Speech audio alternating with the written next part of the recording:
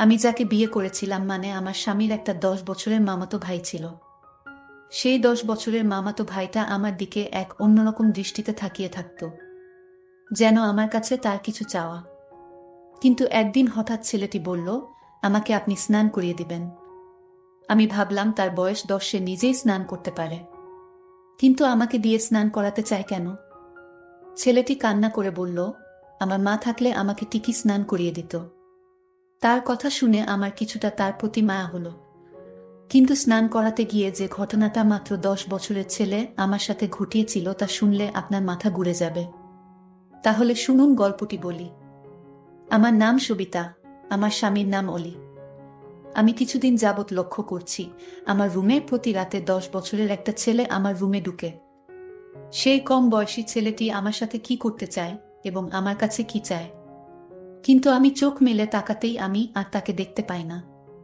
কিন্তু দরজা জানালা তো ভিতর থেকে লাগানো, তাহলে এই রুমে কিভাবে আসলো সে? ছেলেটি তখনও সেখানেই দাঁড়িয়ে আছে। সবিতা ভাবল, কে ছোট বালকটি আমার রুমে কি করছে? সবিতা এই ভেবে তার পিছনে থাকা বেড সুইচটা অন করে এবং যেই সামনে তাকায় দেখে যে তার এখন রুম সম্পূর্ণ খালি, কেউ নেই তার রুমে। কিন্তু একটু আগেই যাকে দেখতে পেল সে কে ছিল তাহলে? ভাবতেই যেন সবিতা খুব ভয় পেয়ে যায়। তার শরীর ঘামতে থাকে। এটা এমনিতেই শীতের মৌসুম। সবিতার কপাল বেয়ে ঘাম পড়তে থাকে।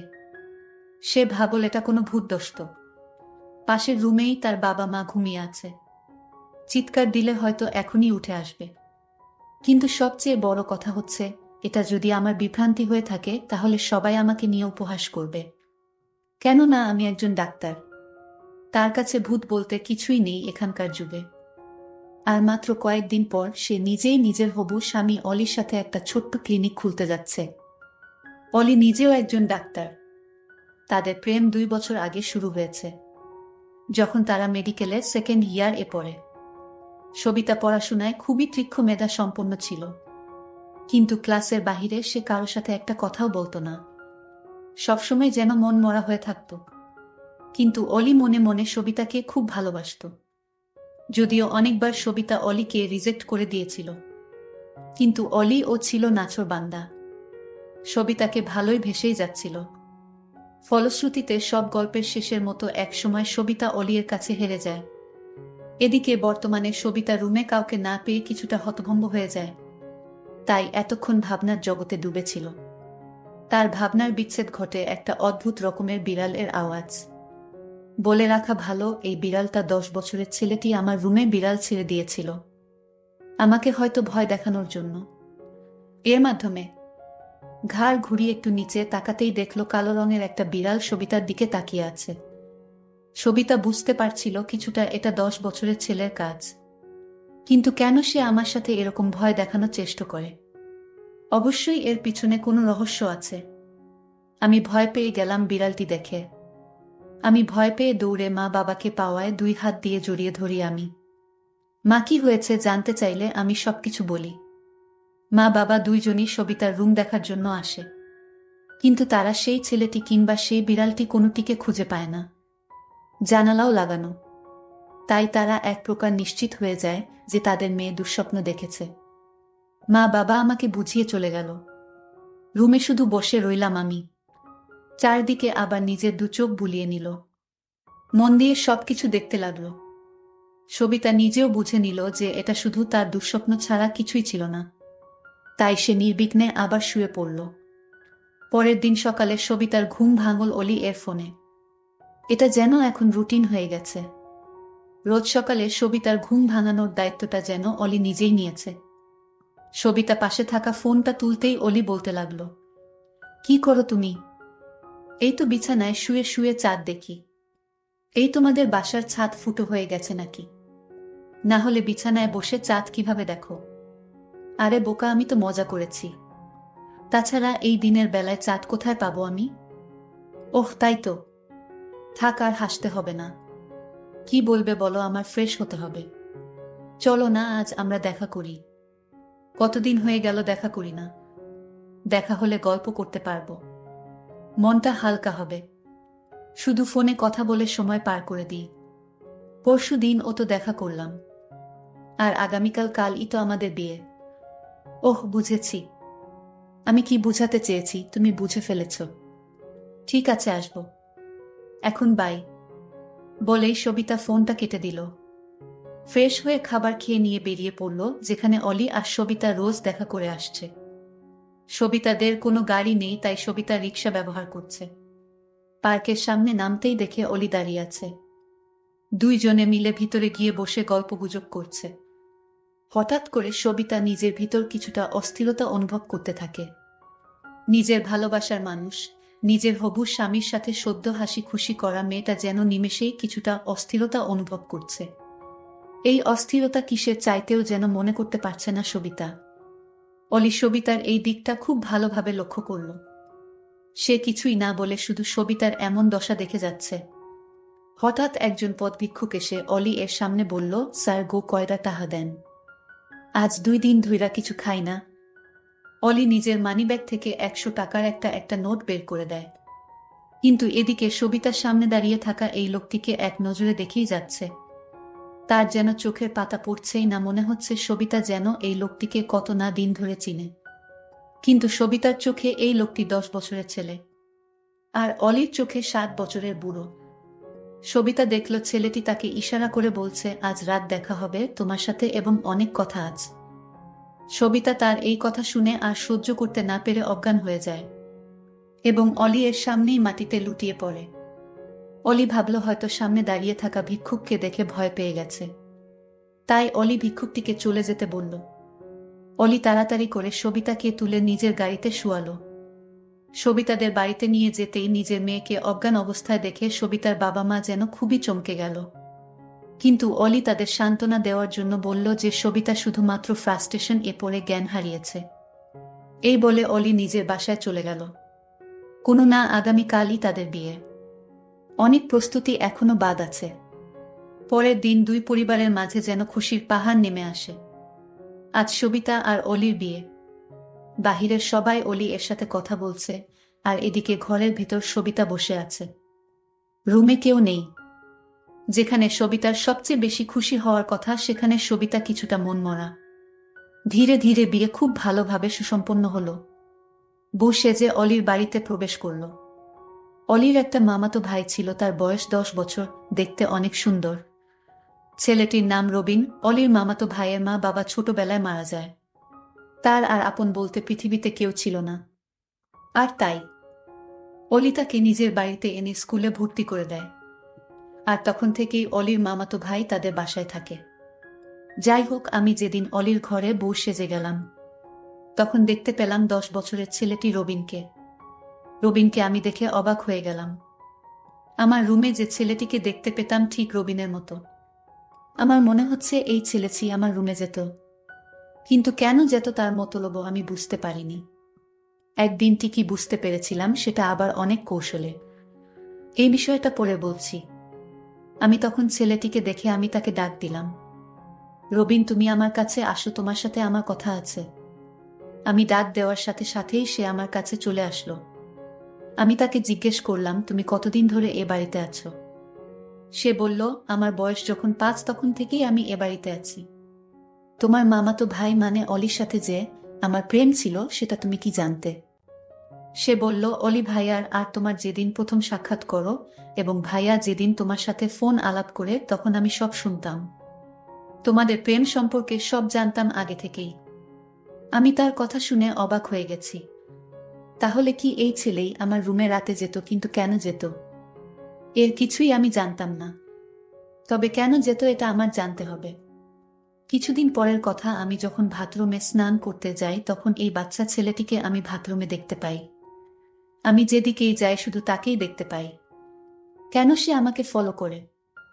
আমার কাছে কি চায়? ছেলেটি আমার দিকে বাজে দৃষ্টিতে তাকিয়ে থাকত। আমি তাকে জিজ্ঞেস করলাম, তুমি এভাবে তাকিয়ে কি দেখছ? সে বলল, আমি কিছুই দেখি না, তবে তোমার প্রতি আমার কেন এত মায়া লাগে জানি না। আমার ইচ্ছা করে 24 ঘন্টা তোমার দিকে তাকিয়ে থাকি। আমি বললাম, কি বলছো তুমি? তোমার কি মাথা ঠিক আছে? সে বলল, আমার মাথা ঠিকই ঠিক আছে, তোমার মাথায় সমস্যা আছে। আমি তার প্রতিটি কথা শুনে আমার অবাক লাগতো। সে আমার সাথে অদ্ভুত অদ্ভুত কথা বলতো, যেটা বড় মানুষও বলতে পারত না। বিয়ের প্রায় আমাদের 6 মাস হয়ে গেল। এইদিকে আমার স্বামী আমাকে বলল, আমাদের একটা ক্লিনিক রেখেছিলাম, সেই বিষয়ে কথা বলতে বা কনফার্ম করতে তার ঢাকা যেতে হবে কিছুদিনের জন্য। পরের দিন আমার স্বামী চলে গেল ঢাকায়। আমি বাসায় একা। আমার শ্বশুর বাড়িতে ছিল শুধু। আমার শাশুড়ি মা অনেক আগেই মারা গিয়েছিল। তারপর রাতের খাবার খেয়ে আমি আমার রুমে ঘুমাতে গেলাম। রাতের মাঝামাঝি সময় আমার ঘরে আমি কারো হাঁটার শব্দ শুনতে পেলাম, এবং আমি আমার নিজের বাড়িতে যে বিড়ালটা ছিল সেই বিড়ালটা আমার রুমে দেখতে পাইলাম। আমি ভয় পেয়ে কান্না করতে লাগলাম। হঠাৎ করে দরজাটা খুলে 10 বছরের ছেলেটি আমার কাছে এসে বলল, কি হয়েছে? আপনার কোনো সমস্যা হয়েছে কি আপনার? আমি বললাম, আমাদের বাড়িতে এই বিড়ালটাকে আমি দেখতে পেতাম, কিন্তু আজ দেখি আমার বাড়িতেও এই বিড়ালটা দেখতে পেলাম। আর তাছাড়া আরও একটি কথা হলো, তোমাকে আমি বলিনি এখনো। ঠিক তোমার মতো একটা ছেলেকে দেখতে পেতাম প্রতি রাতে। আমার রুমে কিভাবে আসতো আমি জানি না। তখন সে আমাকে বলল, এটা আপনার মনের ভুল, আপনি মনে হয় দুঃস্বপ্ন দেখেছেন। আমি বললাম, না, আমি এটা বাস্তবে দেখেছি। সে আমার কথা কিছুতেই বিশ্বাস করল না। এরপরের দিন আমি স্নান করতে গেলাম, তখন ছেলেটি আমাকে বলল, আমার একটা কথা লাগবে। আমি বললাম, কি কথা? সে বলল, আমার মা আমাকে গোসল করিয়ে দিত, নিজ হাতে খেয়ে দিত। আমি আজ 4 বছর যাবৎ সেই স্নেহ থেকে বঞ্চিত। তাই যদি আপনি কিছু মনে না করলে আমাকে আপনি স্নান করিয়ে দিবেন এবং নিজ হাতে ভাতও খাওয়াইয়া দিবেন। আমি তার কথা শুনে অবাক হয়ে গেছি। আমি তখন তাকে সান্ত্বনা দিয়ে বললাম, আরে বোকা, তখন তো তুমি ছোট ছিলে, আর এখন তো তুমি বড় হয়েছ। এখন তুমি নিজে নিজে স্নান করতে শিখেছ, নিজ হাতে খাইতে শিখেছ। এখন তো তুমি বড় হয়েছ। আমার কাছে তার এই চাওয়াটা আমার কাছে যেন অদ্ভুত লাগলো।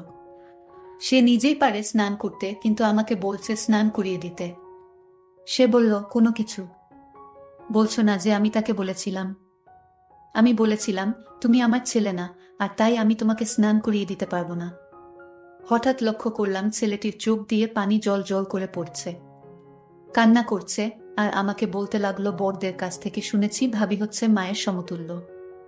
তাহলে তুমি আমাকে কেন স্নান করাতে পারবে না আর নিজ হাতে ভাত খাওয়াতে পারবে না? আমি তার কথা শুনে বারবার অবাক হচ্ছি। বলে কি ছেলেটা? আমি তাকে বলছি, ঠিক আছে, আমি তোমার সব কথা শুনব। তার আগে তোমার এক সত্যি কথা বলতে হবে। সে বলল, আমি কোনোদিন কারো সাথে মিথ্যা কথা বলিনি আর বলবো না। আপনি বলেন, কি বলবেন? তখন আমি তাকে জিজ্ঞেস করেছিলাম, আমার বাড়িতে রাতে তুমি কি আমার ঘরে এই বিড়ালটি ছেড়ে দিতে এবং তুমি কি আমার রুমে যেতে? তখন সে বলল, আমিই যেতাম। তার এই কথাটা শোনার পর আমার সারা শরীর ভয়ে কাঁপতে লাগলো। মাত্র 10 বছরের ছেলেটি কিভাবে আমার রুমে গেল? আমি তাকে আবার জিজ্ঞেস করলাম, কেন যেতে আমাদের বাড়িতে? তখন সে বলল, আগে আমাকে স্নান করিয়ে দাও, তারপর বলছি। তার আগে আমি কিছুই বলবো না। তার একটাই কথা, তাকে স্নান করিয়ে দিতে হবে। আমি তাকে সন্দেহ করতে লাগলাম আর ভয়ও করতাম, কারণ তার যে কোনো উদ্দেশ্য আছে। আমি মনে মনে একটা সিদ্ধান্ত নিলাম তাকে পরীক্ষা করার জন্য। আমি তার মনের উদ্দেশ্যটা জানার জন্য আমি তাকে স্নান করাতে রাজি হলাম। আমি তাকে স্নান করাতে নিয়ে গেলাম। স্নান করার সময় সে কান্না করতে লাগলো আর বলতে লাগলো, আমার মা বেঁচে থাকলে হয়তো তোমার মতো এভাবেই স্নান করিয়ে দিত। 10 বছরের সেই ছেলের কথা শুনে আমি অবাক হতাম। ঠিক আছে, আজ তো তোমায় স্নান করিয়ে দিলাম, তোমার কথা রাখলাম। এখন বলো, এই বিড়াল এবং আমার ঘরে তুমি কিভাবে যেতে? তখন সে যে কথাটা বলল তা শুনে আমার মনে হলো আমার দম বন্ধ হয়ে আসছে। সে বলল, আমার মা মারা যাওয়ার পর আমি আমার মায়ের জন্য কান্না করতাম। আমি আমার মাকে কিছুতেই ভুলতে পারতাম না। আমার মায়ের মুখখানা সবসময় চোখে ভেসে উঠত। আমার রাতে ঘুম আসতো না। আমি মামার কোনো কথা শুনতাম না। আমি এদিক সেদিক চলে যেতাম। তখন মামা আমাকে একজন সাধু বাবার কাছে নিয়ে চলে। সাধু বাবা আমায় দেখে বলল, এই ছেলের তার মায়ের জন্য পাগল। সে যদি তার মাকে দেখতে না পায় তাহলে কিছুদিনের ভিতরে পাগল হয়ে যাবে। মামা বলল, তাহলে এখন উপায় কি? সাধু বাবা তখন বলল, ওকে আমি একটা পোষা বিড়াল দিব, আর এই বিড়ালটি যার ঘরে থাকবে সেই ঘরে অবিবাহিত মেয়েটিকে সে তার মায়ের মতো দেখতে পাবে। সাধু বাবা তখন আমার মামাকে এই বিড়ালটি দিল এবং বলল যে এই বিড়ালটি যার বাড়িতে রাখবে সেখানেই তার মাকে দেখতে পাবে। মামা তখন এই বিড়ালটি দিয়ে আমায় বলল, আমার সন্তান মানে আমার মামাতো ভাই, যাকে বিয়ে করব তার বাড়িতে রেখে আসো। আমি তাই করলাম। এরপর থেকে আপনারা দেখতে মায়ের মতো লাগে। তাই আপনাকে দেখার জন্য আপনার রুমে যেতাম, কারণ আপনি তখন আমার চোখে মায়ের মতো হয়ে গিয়েছিলেন। তাই আপনার মায়া আমি কিছুতেই ভুলতে পারিনি। আর মায়ের কিছুটা অভাব পূরণ করার জন্য আমার মামাতো ভাই আপনাকে বিয়ে করে। কারণ গুণী লোকেরা বলতো ভাবি মায়ের মতোই হয়। আর তাই আপনাকে এ বাড়িতে বিয়ে করে আনা হয়েছে। হয়তো এই সম্পূর্ণ প্ল্যান মামার ছিল, শুধু আমাকে ভালো রাখার জন্য। আমি তার কথা শুনে অবাক হয়ে গেলাম এবং তাকে আমি মায়ের মতো স্নেহ করা শুরু করলাম। বন্ধুরা, গল্পটি কেমন লাগলো তা কমেন্ট করে জানাতে ভুলবেন না। সবাই ভালো থাকবেন। ধন্যবাদ।